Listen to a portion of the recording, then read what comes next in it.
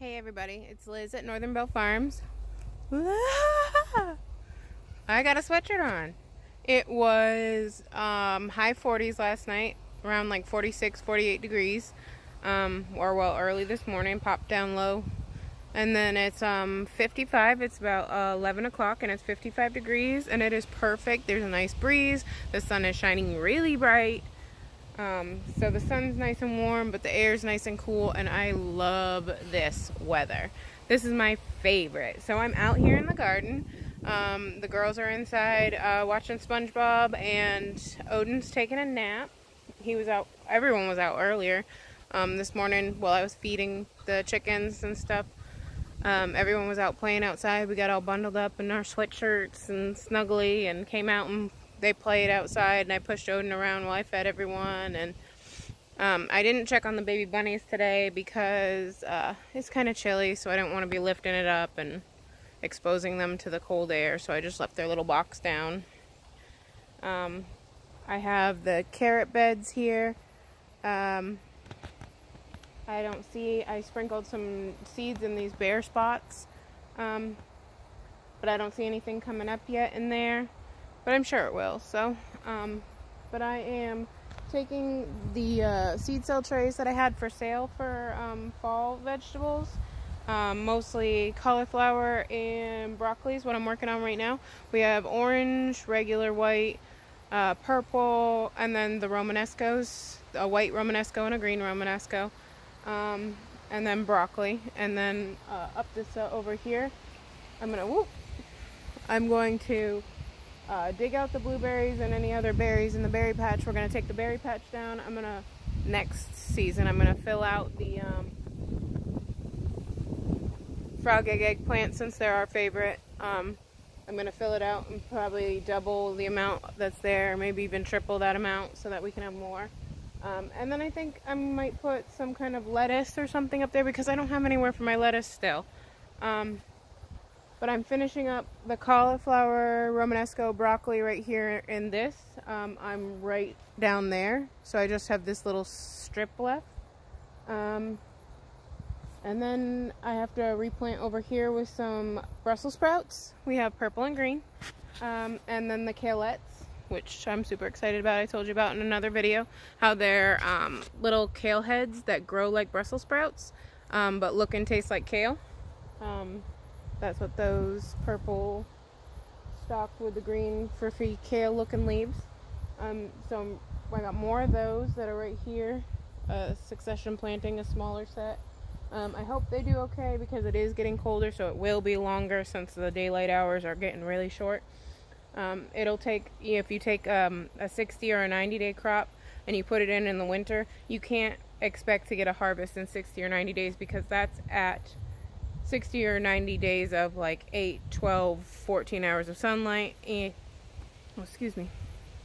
and you're looking at 6 to maybe 8 hours of sunlight. And we're going down from that number right now. So you kind of have to adjust for that. So if you have a 60-day crop, I would try to maybe think about it more like a 90-day crop. And if you have a 90-day crop, think of it more as like 120 days to get that.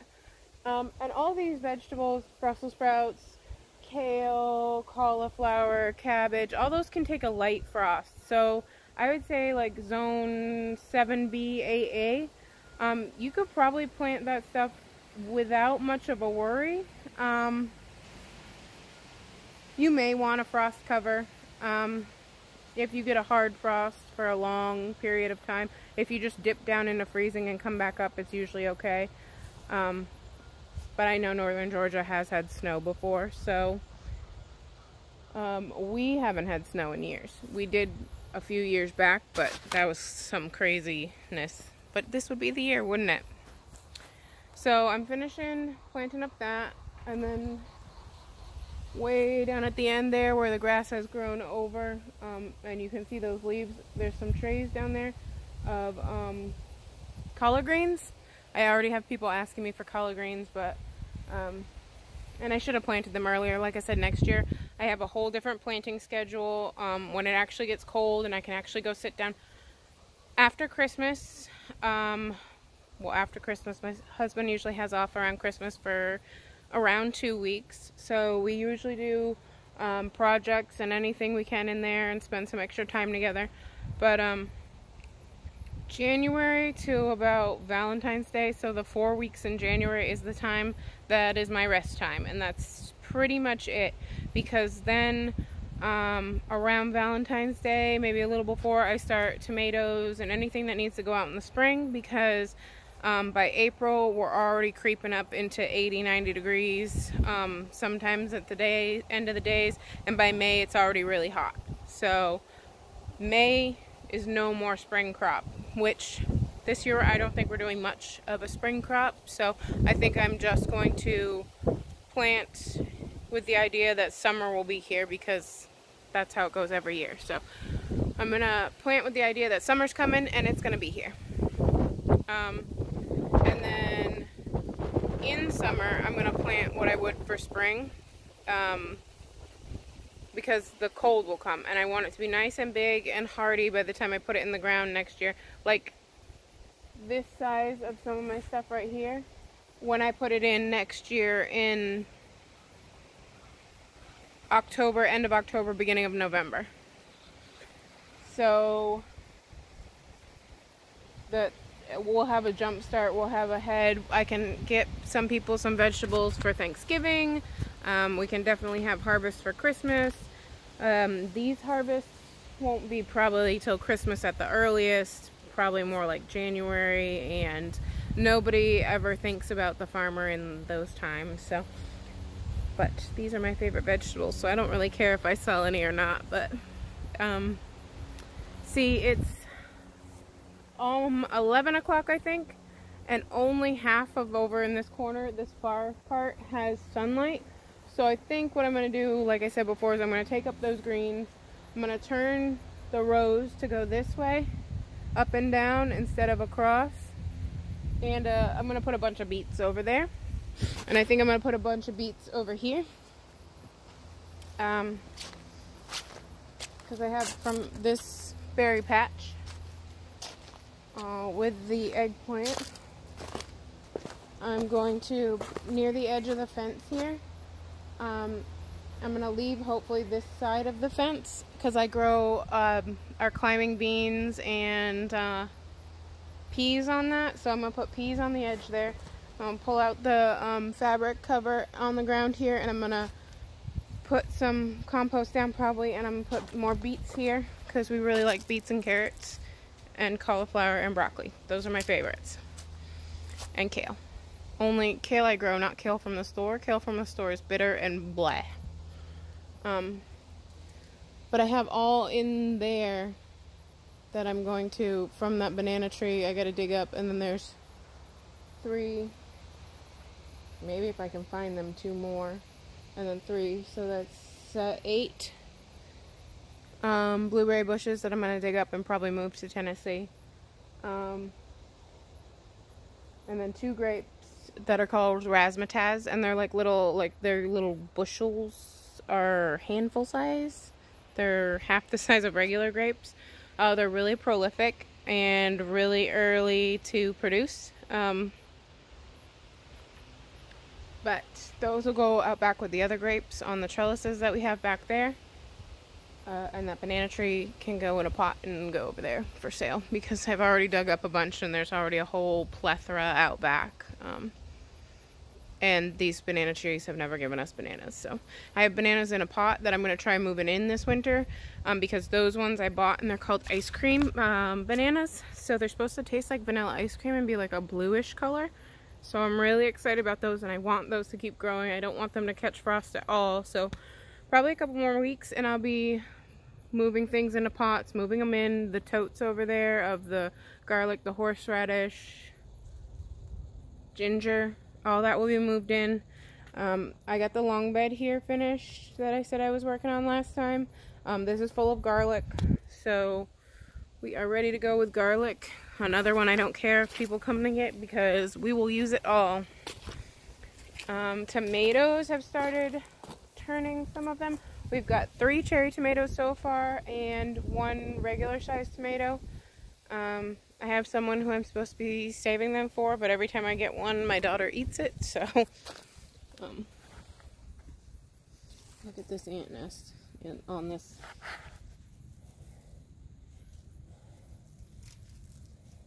Probably should have just left it there, huh, in case it got cold. Maybe the dirt would keep the plant warm. I don't know. I know I don't like these fire ants, though.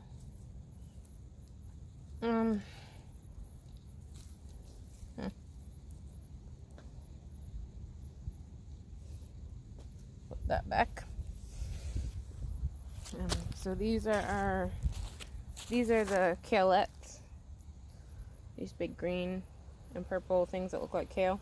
Very excited, but I have a bare spot over there in that corner where I'm gonna put some more kalettes and Brussels sprouts. And then I have nowhere for my cabbage. I haven't even put any of that in. I put some of it in over there, but it's too shaded in that corner. So I think I'm going to I pretty much reseeded here and put new zinnias in here, so they're just starting to come up. And there's some flowers in here, straw flowers, pin cushions.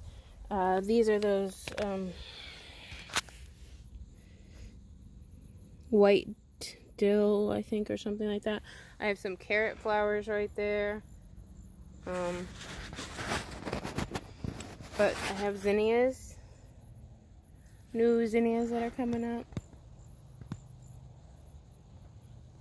So I don't really want to rip them out even though, you know, food's kind of more important than flowers, but I gotta take out these mums. I gotta plant them in the ground somewhere, because mums are perennials. You can plant them instead of just letting them die in a pot. You can take them out and plant them in the ground, and they'll come back next year, as long as you don't neglect them after they're in the ground too. Same with these crocus, or whatever they're called. These are a tropical plant though, so these would only do well in zone 8 or more. 8, 9, 10, 11. But there's more zinnias in here. I planted this sorghum. Oh, it's starting to tassel at the top. I'll have to show you that later. I don't think you could see. I think I just shoved you in the sunlight. But, so we have this space here that I didn't want to plant anything in front of the picture area, because I didn't want people stepping on it while they had their pictures taken. But now that people won't be walking in here, I have space for at least one. I could probably push it to 2 rolls of fabric to plant my leftover, any leftover Brussels sprouts, cabbage, cauliflower. Well, cabbage to start. I really have to get on to that berry patch. So, I'm going to let you guys go. I got to go find my coffee. I set it down somewhere. I probably have to microwave it for the 3rd time. I got to go check on the girls. And then I got to get back out here. And I got to figure out whether I'm going to till, weed, pull. I have to pull, the bitter melons are done. They're tropical. They do zone 8 or higher, do the best, or anyone else could probably grow them in the summer. I would make sure you start them in a warm place in the greenhouse and then move them out June or later. And they'd probably be done in colder zones like 5, 6. Probably September they wouldn't do anymore. But I have to dig out that and take out the stuff that I'm going to take out in there. Cut, move, mulch, till,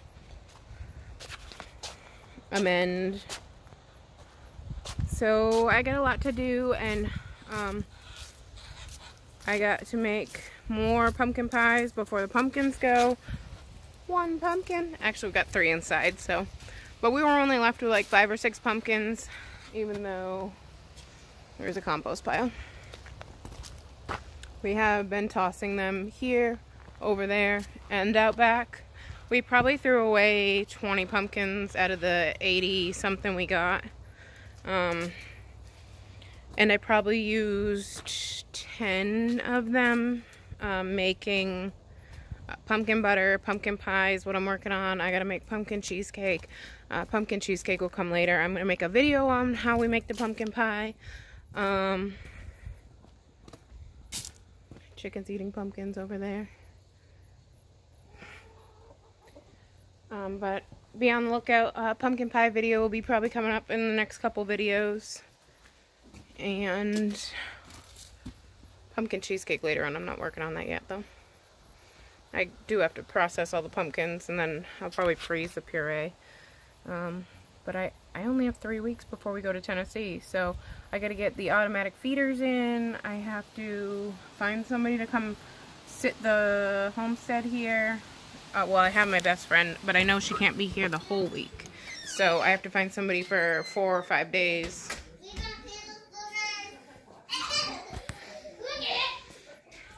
Oh, you're sucking Hazel's boogers with a baby booger sucker? No. Oh, okay. I believe you. First, can you open? Okay. Don't conform, people. Be transformed. Be on the lookout for some videos coming up. We're going to... Please stop. We're going to be headed to Tennessee. I probably won't be able to upload a lot while we're gone. I'll be uploading those when we get back. Then we have to butcher chickens because our roos are getting big in their pen. And then, let's see, butcher chickens. Then we'll have recipe videos. We'll have our chicken stock, our bone broth video. I have to inoculate the mushroom spores and stuff, so I'll show you how we are learning about mushrooms, different kinds of mushrooms. We're going on walks for mushrooms. Inoculating, I'm going to make grain spawn jars is what they're called.